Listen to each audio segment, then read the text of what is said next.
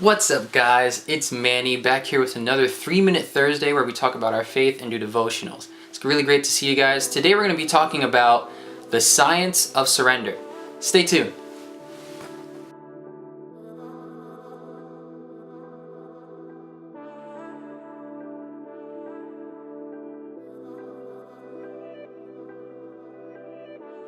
So today's little devo is going to be taken from 1 Samuel chapter 13 verses 7 to 15. So basically what happens here is that the Israelites are faced with their first king, King Saul. So Saul was their first king, but he also had some issues with surrendering. I feel like all of us face this, like we're in crisis situations, like we're going to see here, and we are struggling to see God in it. Let's look at the passage first. Verse 7 through 15 basically talks about Saul going to war, not succeeding, and not surrendering his will to God's will. So before going to war, Samuel said, "Wait for me 7 days, and I will meet you, and we will do a sacrifice, and this will be a sign of your obedience to the Lord, so that the Lord can walk with you into war." So when Samuel does not appear at the 7th day, Saul decides to make his own sacrifice, therefore putting himself in an awkward position. Samuel says, "You've done a foolish thing. You have not kept the command the Lord your God gave you. If you had, he would have established your kingdom for Israel for all time." The first thing we have to learn from the science of surrender is that obedience is always better than sacrifice. If we present our hearts to God and we follow him fully, God will be with us. The second thing, and surrendering fully, requires two things: trust and patience. First of all, we see here that Saul was having some issues trusting the Lord. So when we see in verse 11 and 12, we see this.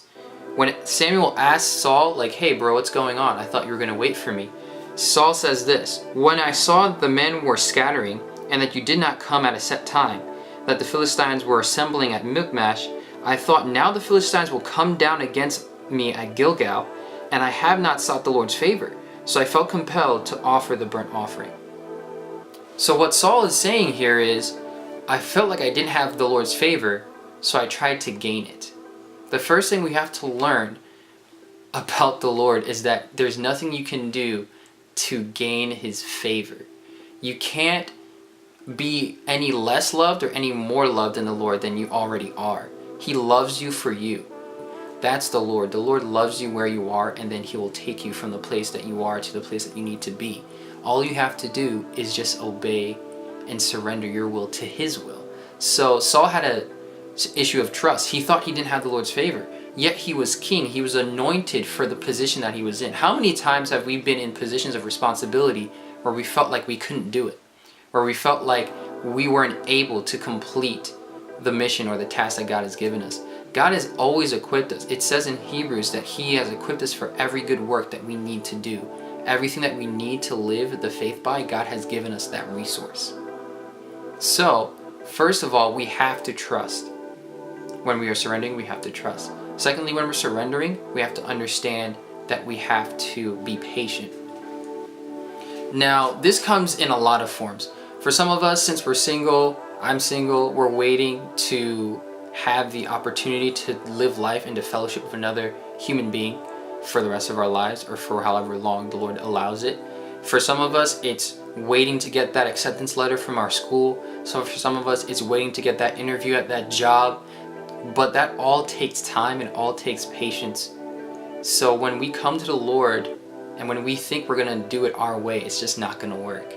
We can't do things, we can't force things into submission. And if we do, it's probably not the best thing for us.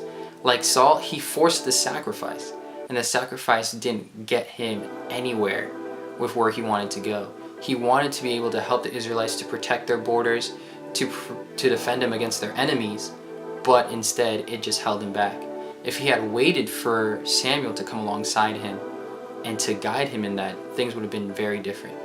And one last point I wanted to make was the point of our company, the people that we have around us.